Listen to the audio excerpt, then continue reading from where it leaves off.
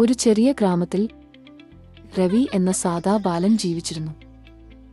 അവൻ ദിവസേന തന്റെ ചെറിയ പണിമുറിയിൽ കഠിനമായി ജോലി ചെയ്തു മണ്ണുകൊണ്ട് പാത്രങ്ങൾ, കപ്പുകൾ, ജാറുകൾ എന്നിവ രൂപപ്പെടുത്തുകയായിരുന്നു. തന്റെ ജോലിയെ അവൻ വളരെ ഇഷ്ടപ്പെടുകയും ഓരോ പാത്രവും മനോഹരമായി ഉണ്ടാക്കാൻ എപ്പോഴും മുഴുവൻ ശ്രമവും ചെലവഴിക്കുകയും ചെയ്തു. ഒരു ദിവസം രാവിലെയോടെ രവി ചിന്തിച്ചു, ഇന്ന് ഞാൻ ഇതുവരെ ആരും കണ്ടിട്ടില്ലാത്ത ഏറ്റവും മികച്ച പാത്രം ഉണ്ടാക്കും. അവൻ സൂക്ഷ്മമായി മികച്ച മണ്ണ് തിരഞ്ഞെടുത്തു പാത്രം ആകൃതിയാക്കി തുടങ്ങി. പക്ഷേ ജോലി ചെയ്യുന്നതിനിടെ പാത്രത്തിന്റെ ഒരു വശത്ത് ചെറിയ പൊട്ടൽ ഉണ്ടായി. അയ്യോ, രവി ദീർഘനിശ്വാസം വിട്ടു. ഈ പാത്രം ശരിയായില്ല. അവൻ അതിനെ മാറ്റിവച്ച് മറ്റൊന്ന് തുടങ്ങിച്ചു. ഈ തവണ ആകൃതി ശരിയായി വന്നെങ്കിലും കൈപ്പിടി അല്പം വളഞ്ഞു പുറത്തു വന്നു.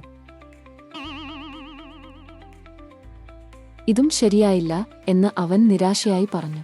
ഒരു പൂർണ്ണ ദിവസം രവി നിരവധി പാത്രങ്ങൾ ഉണ്ടാക്കിയെങ്കിലും ഓരോന്നിലും ചെറിയൊരു ദോഷമുണ്ടായിരുന്നു. ചിലത് അല്പം വങ്ങിയത്, ചിലത് പൊള്ളയായത്.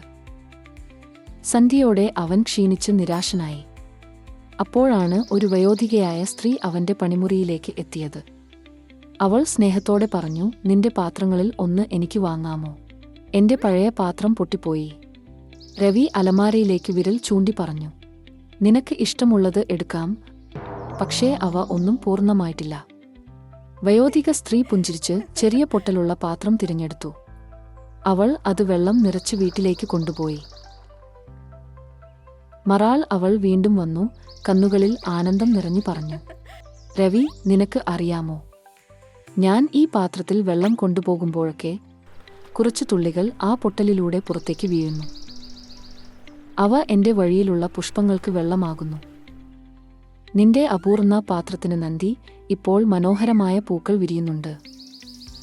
രവി അത്ഭുതപ്പെട്ടു, മനസ്സ് തൊട്ടുപോയി. അവൻ മനസ്സിലാക്കി, അപൂർണമായതും ലോകത്തിന് സന്തോഷവും നന്മയും നൽകാൻ കഴിയും.